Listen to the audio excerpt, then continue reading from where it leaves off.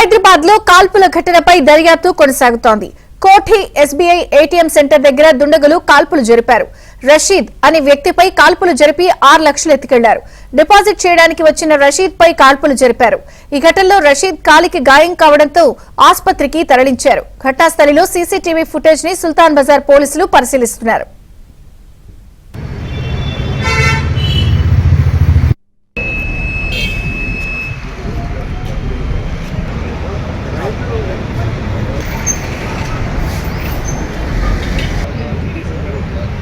కూడా 7 గంటలకు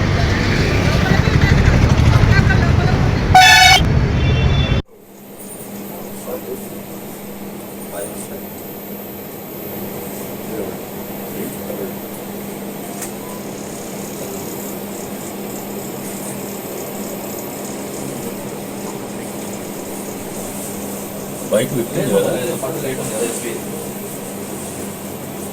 చేతుల గన్మెన్స్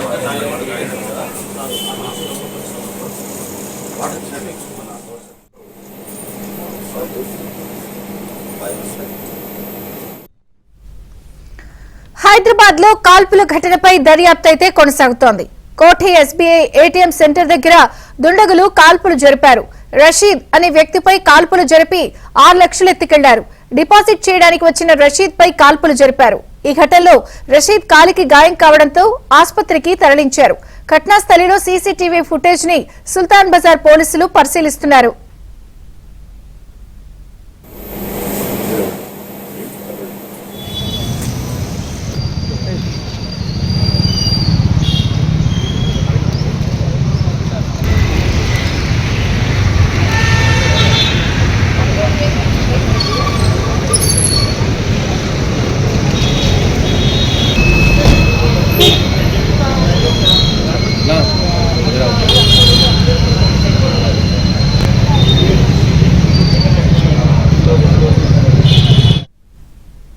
హైదరాబాద్ లో ఈ రోజు ఉదయం కాల్పుల కలకలం చెలరేగింది. కోటి ఎస్బీఐ ఏటీఎం సెంటర్ దగ్గర ఈ కాల్పులు జరిగాయి.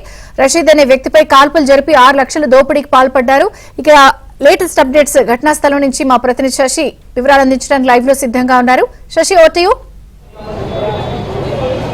ఇద్దరు దుండగులు ఈ దోపిడీకి పాల్పడినట్టుగా ఇప్పటికే పోలీసులు ఒక నిర్ధారణకు వచ్చారు. ఉదయం 6:50 నుంచి 7 గంటల మధ్య ప్రాంతంలో ఈ ఘటన జరిగినట్టుగా పోలీసులు ఒక ప్రాథమిక అంచనాకు రావడం జరిగింది. సీసీటీవీలు పరిశీలించినప్పుడు సీసీటీవీలో సైతం ఇదే సమయం రికార్డ్ అయింది. అయితే నాంపల్లికి సంబంధించినటువంటి బట్టల వ్యాపారి రిన్షద్ తనకు సంబంధించినటువంటి కలెక్షన్లను ప్రతిరోజు కూడా నేను చూపిస్తున్నటువంటి ఇదే ఎస్బీఐ ఏటీఎంలో ఆయన డిపాజిట్ చేస్తూ ఉంటాడు. సో ఈ రోజు కూడాను ఉదయం 7 గంటల సమయంలో తాను తన వెంట 6 లక్షల రూపాయలు బ్యాగ్లో తెచ్చుకుని తన స్కూటీలో 6 లక్షల రూపాయల నగదును ఉంచుకుని అనంతరం ఈ ఎస్బీఐ ఏటీఎం వద్దకు చేరుకున్నాడు. అయితే ఎస్బీఐ ఏటీఎం వద్దకు చేరుకున్న వెంటనే అప్పటికే దుండగులు ఇద్దరు కూడాను రెక్కి నిర్వహిస్తూ ఉన్నారు. ఎప్పుడైతే రషీద్ ఏటీఎం సెంటర్ వద్దకు వచ్చాడో ఇక తన స్కూటీలో ఉండేటటువంటి నగదును తీసుకుని లోపలికి వెళ్ళేటటువంటి ప్రయత్నం చేశాడు. అదే సమయంలోనే వెనకాల నుంచి వచ్చినటువంటి ఇద్దరు దుండగులు కూడాను వెంటనే రషీద్ అడ్డుకున్నారు. రషీద్ వద్ద ఉండేటటువంటి బ్యాగ్ లాక్కునేటటువంటి ప్రయత్నం చేశారు. అప్పటికే ఇటు రషీద్ కు ఆ తర్వాత మరొక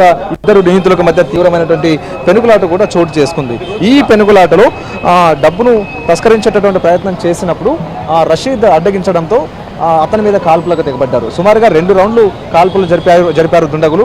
కాల్పులు జరిగేటువంటి ప్రాంతం కూడా ఒకసారి మనం విజువల్స్ లో చూడొచ్చు. ప్రస్తుతం రక్తపు మరకలన్నింటినీ కూడాను పోలీసులు మట్టితో కప్పివేశారు. అయితే తాను బ్యాగ్ తస్కరించేటటువంటి ప్రయత్నం చేసినప్పుడు రిన్షద్ అడ్డుకోవడంతో అతని మీద 2 రౌండ్లు కాల్పులు జరిపితే ఒక బుల్లెట్ అతని కుడికాలికి ఒక బుల్లెట్ తాకడం జరిగింది. సో ఇదే సమయంలో అతనికి తీవ్రమైనటువంటి రక్తస్రావం జరిగింది. ఆ వెంటనే ఇటు రిన్షద్ ఉన్నటువంటి బ్యాగ్ తీసుకొని ఆ తర్వాత రిన్షద్కు సంబంధించినటువంటి ద్విచక్ర వాహనం మీదనే నిందితులు ఇద్దరు కూడా అక్కడి నుంచి పరారైనటువంటి సందర్భం కనిపిస్తుంది. ఆ వెంటనే డయల్ 100 ద్వారా పోలీసులు సమాచారం అందుకున్నారు.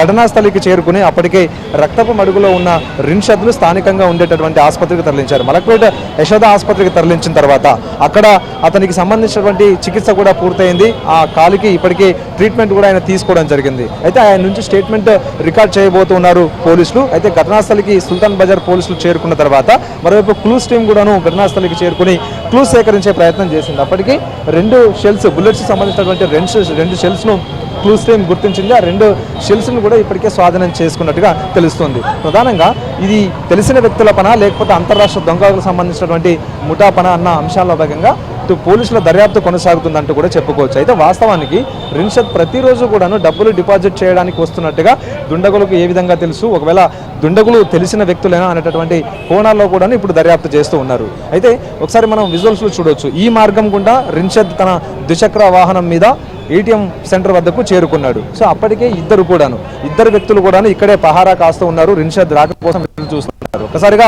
రిన్షద్ ఇటు ఏటీఎం సెంటర్లోకి వెళ్ళేటటువంటి ప్రయత్నం చేసినప్పుడు తన స్కూటీలో ఉండేటటువంటి 6 లక్షల నగదును తీసుకుని లోపలికి వెళ్ళేటటువంటి ప్రయత్నం చేసినప్పుడే వెనకాల నుంచి ఇద్దరు దుండగులు కూడా ఒక్కసారిగా అటాక్ చేశారు. సో ఇదే నేపథ్యంలో ముగ్గురికి పెనుగులాట జరగడం, ఆ తర్వాత రిన్షద్ తన బ్యాగ్ని ఇవ్వడానికి నిరాకరించడంతోనే ఈ కాల్పులకు తెగబడ్డారు. సో మొత్తానికైతే మాత్రం ఈ కేసు సీరియస్గా తీసుకున్నటువంటి పోలీసులు ప్రత్యేకంగా 5 బృందాలను ఏర్పాటు చేశారు. ఘటనా స్థలంలో ఇప్పటికే సీసీటీవీ ఫుటేజ్లను సైతం సేకరించారు. ఆ సీసీటీవీ ఫుటేజ్లో ఇద్దరు దుండగులను కూడా ఇప్పటికే గుర్తించారు. సో దాని ఆధారంగా సీసీటీవీ ఫుటేజ్ ఆధారంగా మరోవైపు నిందితులకు వెళ్ళేటువంటి మార్గాల ఆధారంగా వారి ఆచూకీ కోసం ఇప్పటికే ప్రయత్నాలు కొనసాగిస్తున్నారంటూ కూడా చెప్పుకోవచ్చు. ప్రధానంగా ఇక్కడ నుంచి దోపిడీ చేసిన తర్వాత ఇటు కోటి వైపు నిందితులు ఇద్దరు కూడా పరారైనట్టుగా తెలుస్తుంది. సో అదే మార్గంలో నిందితులు వెళ్ళినటువంటి మార్గంలోనే ప్రజెంట్ ఇప్పుడు సీసీటీవీ ఫుటేజ్లను సైతం పోలీసులు పరిశీలిస్తూ ఉన్నారు. సో మొత్తానికి రిన్షద్ నుంచి ఒక స్టేట్మెంట్ రికార్డ్ చేస్తారు. స్టేట్మెంట్ రికార్డ్ చేసిన తర్వాత ఇందులో కీలక పరిణామాలు చోటు చేసుకునే అవకాశం ఉంటుంది. సో ఇదే కాకుండా ఇద్దరు దుండగులు కూడా ఈ లోకల్ సంబంధించినటువంటి నీతులైనా లేకపోతే అంతర్రాష్ట్ర దొంగలు అంటటువంటి మాత్రం తేలాల్సి ఉంది. అయితే ఈ 2 షెల్స్లను కూడా ఇప్పటికే స్వాధీనం చేసుకున్నారు కాబట్టి ఆ 2 షెల్స్లను ఇప్పటికే పోలీసులు స్వాధీనం చేసుకుని వాటిని ఇప్పటికే పరిశీలిస్తూ ఉన్నారు. దాని ఆధారంగా నిందితులు వినియోగించినటువంటి గన్ మీద కూడా ఒక క్లారిటీ వచ్చేటటువంటి అవకాశం అయితే కనిపిస్తుంది. సో మొత్తానికి నగరవాసుల్ని ఈ ఘటన ఉలిక్కి పడేలా చేసిందంటూ కూడా చెప్పుకోవచ్చు. ఉదయం అది కూడా 7 గంటల ప్రాంతంలో వాహనాల రాకపోకలు కూడా అప్పుడే ప్రారంభమయ్యాయి. మరోవైపు నిత్యం కూడా ఎస్బీఐ వద్ద ఇటు జనసంచారం కూడా ఎక్కువగా ఉంటుంది. చాలా మంది కూడా డబ్బులు డిపాజిట్ చేయడానికి ఇక్కడికి ప్రతినిత్యం కూడా వస్తూ ఉంటారు. సో ఇలాంటి పరిస్థితుల్లో డబ్బులు డిపాజిట్ చేయడానికి పక్కా ప్లాన్ ప్రకారం ఇది జరిగిందని అనుకోవచ్చా? సుల్తాన్ బజార్ పోలీసులు ఏం చెప్తున్నారు? ప్రస్తుతం మనం సీసీటీవీ ఫుటేజ్ను కూడా క్లియర్గా అబ్జర్వ్ చేస్తే నిందితులు ముందుగానే రెక్కీ నిర్వహించారు. అదేదో ఈ రోజు దోపిడీ చేయాలంటూ వచ్చినటువంటి అంశం కానట్టుగానే మనకు తెలుస్తుంది. ముందు నుంచి కూడా రిన్షద్ అనేటటువంటి వ్యక్తి అక్కడ డబ్బులు డిపాజిట్ చేయడానికి నిత్యం వస్తూ ఉంటాడని తెలుసుకుని సరిగ్గా అదే సమయానికి 6:50 నుంచి 7 గంటల మధ్య ప్రాంతానికి నిందితులు అప్పటికి ఇద్దరు అక్కడికి చేరుకుని అతను రాక కోసం ఎదురు చూస్తూ ఉన్నారు. అయితే ఒక్కసారిగా రిన్షద్ ఇటు ఏటీఎం సెంటర్ వద్దకు రాగానే ఆ వెనకాల నుంచి అతను అనుసరిస్తూ ఇద్దరు వచ్చారు. సో అప్పటికే రిన్షద్ రాక కోసం ఇద్దరు కూడా అక్కడే వెయిట్ చేస్తున్నటువంటి సందర్భం. రిన్షద్ తన ద్విచక్ర వాహనం మీద వచ్చి ద్విచక్ర వాహనాన్ని పార్క్ చేసి అందులో ఉండేటటువంటి నగదును తీసుకుని వెళ్ళేటప్పుడే ఇక ఏటీఎం సెంటర్ లోపలికి వెళ్ళడానికన్నా ముందే దుండగులు ఇద్దరు కూడా రిన్షద్ను అడ్డగించడం జరిగింది. సో మొత్తం అంతా కూడా బయట ఏటీఎం సెంటర్ బయట నేను చూపిస్తున్నటువంటి ఈ ఏటీఎం సెంటర్ మొత్తం బయట ఈ పెనుగులాట మొత్తం అంతా కూడా చోటు చేసుకుంది. సో అదే సమయంలో జనసంచారం కూడా రోడ్ల మీద ఉంది. అప్పటికే జనాలు వెళ్తూ వస్తూ ఉన్నారు. వాహనాలు కూడా తీవ్రంగా ఆల్రెడీ వెళ్తూ ఉన్నాయి కూడా. సో ఇదే సమయంలో ఈ ఘటన చోటు చేసుకుని ఆ తర్వాత ఉదయమే గన్ ఫైరింగ్తో చాలా మంది కూడా ఇక్కడ ఉన్న వాళ్ళంతా ఉలిక్కిపడ్డారు. ఏం జరుగుతుందో తెలియనటువంటి అయోమయ పరిస్థితుల్లో కొంతమంది ఇక్కడ నుంచి పరుగులు తీసినటువంటి సందర్భం కూడా కనిపించింది. అయితే ఇటు రిన్షద్ వద్ద ఉన్నటువంటి నగదును తస్కరించి ఆ తర్వాత రిన్షద్కు సంబంధించినటువంటి బండి మీదనే ఈ ఇద్దరు పరుగులు తీశారు. సో మొత్తం ఇదంతా సీన్ చూస్తుంటే ఈ క్రైమ్ జరిగినటువంటి సీన్ చూస్తుంటే మొత్తం తెలిసిన వ్యక్తుల పని అది కూడా రెక్కీ చేసి మొత్తం ఇదంతా కూడా దోపిడీకి పాల్పడినట్టుగానే మనకు స్పష్టంగా అర్థమవుతోంది. ప్రధానంగా అదంతా కూడా చాలా రద్దీ ప్రాంతం, బిజినెస్ ఏరియా. ఎవరు కూడా ఈ తతంగాన్ని గమనించలేదా? ఎందుకంటే ఇది పక్కా ప్లాన్ ప్రకారం జరిగింది అంటున్నప్పుడు రోజు అదే వ్యక్తి వచ్చి మనీ డిపాజిట్ చేస్తున్నప్పుడు అనుమానాస్పదంగా ఏం అనిపించలేదా? ఎవరు గమనించలేదా? ప్రస్తుతానికైతే ఈ ఏటీఎం వద్ద సెక్యూరిటీ కూడా ఎవరు లేనట్టుగానే కనిపిస్తోంది. అయితే ప్రతి ఏటీఎం వద్ద కూడా ఖచ్చితంగా సెక్యూరిటీ ఉంటారు. కానీ ఇది ఎస్బీఐకి సంబంధించినటువంటి ప్రధానమైనటువంటి ఏటీఎం అంటూ కూడా చెప్పుకోవచ్చు. ఇందులో క్యాష్ విత్డ్రాల్స్ ఉంటాయి, తర్వాత క్యాష్ డిపాజిట్లు కూడా ఇందులోనే చేస్తూ ఉంటారు. మరోవైపు ఈ పాస్బుక్స్ ప్రింటింగ్ కూడా ఇందులోనే జరుగుతూ ఉంటుంది. సో నిత్యం కూడా చాలా మంది ఈ ఏటీఎం సెంటర్కి సంబంధించినటువంటి సేవలు వినియోగించుకుంటూ ఉంటారు. ఇదే కాకుండా క్యాష్ డిపాజిట్ చేయడానికి కూడా చాలా మంది వస్తూ ఉంటారు. సో ఇలాంటి సిచ్యువేషన్స్ లో ఇక్కడ భద్రత కూడా ఉండాల్సిన అవసరం ఉంటుంది, కనీసం సెక్యూరిటీ కూడా ఉండాల్సిన అవసరం ఉంటుంది. కానీ ఎక్కడ కూడా సెక్యూరిటీకి సంబంధించినటువంటి అంశాలు అయితే ఇక్కడ భద్రతా అంశాలు ఎక్కడ కనిపించినటువంటి పరిస్థితి. మరోవైపు నిత్యం వందలాది మంది ఉదయం నుంచి రాత్రి వరకు కూడా ఏటీఎం సంబంధించినటువంటి సేవలు వినియోగించుకోవడానికో లేకపోతే డబ్బులు డిపాజిట్ చేయడానికో వస్తూ ఉంటారు. సో ఇలాంటి పరిస్థితుల్లో వారి భద్రత మీద కూడా ఇప్పుడు ప్రజెంట్ ఆందోళన కలిగిస్తోందంటూ కూడా చెప్పుకోవచ్చు. అయితే ఉదయం జనసంచారం ఉండేటటువంటి ప్రాంతం, అదే కాకుండా నిత్యం కూడా డబ్బులు డిపాజిట్ చేయడానికి వచ్చినటువంటి ఈ ప్రాంతంలోనే కాల్పులు తెగబడడం, కాల్పులకు సంబంధించినటువంటి ఘటన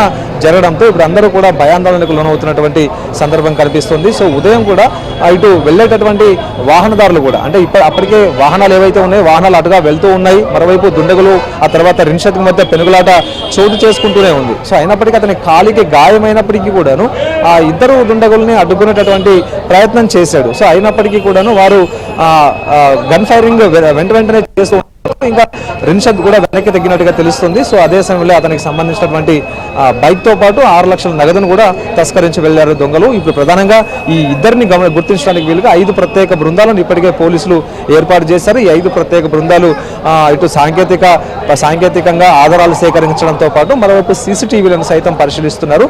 వారు వెళ్ళినటువంటి మార్గాల మీద నిఘా ఉంచి అందుకు అనుగుణంగానే వారిని అదుపులోకి తీసుకోవడానికి ఇప్పటికే ప్రయత్నాలను అయితే ముమ్మరంగా కొనసాగిస్తున్నారు. సో మొత్తానికి ఏదేమైనప్పటికీ జనసంచారం ఉండేటటువంటి ప్రాంతం, మరోవైపు ఎస్బీఐకి సంబంధించినటువంటి ప్రధానమైనటువంటి ఏటీఎం. సో ఇక్కడే ఈ కాల్పులు జరగడంతో అందరికీ భయాందోళన అయితే మొదలైంది.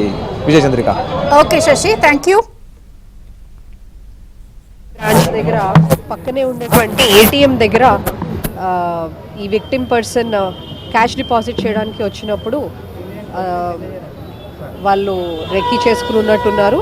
పక్కనే ఉన్నటువంటి బస్ స్టాప్ నుంచి వచ్చి అతన్ని ఒక సపోజిట్లీ తపంచా ఒక రౌండ్ ఫైర్ చేయడం జరిగింది. దాంతో విక్టిమ్కి కాలికి ఇంజరీ జరిగి అతను అక్కడ పడిపోతే అతని బైక్ అండ్ బ్యాగ్ తీసుకొని వీళ్ళు వెళ్ళిపోవడం జరిగింది. దీనికి సంబంధించి క్లూస్ టీమ్ వచ్చింది, సీసీటీవీస్ వెరిఫై చేస్తున్నాము.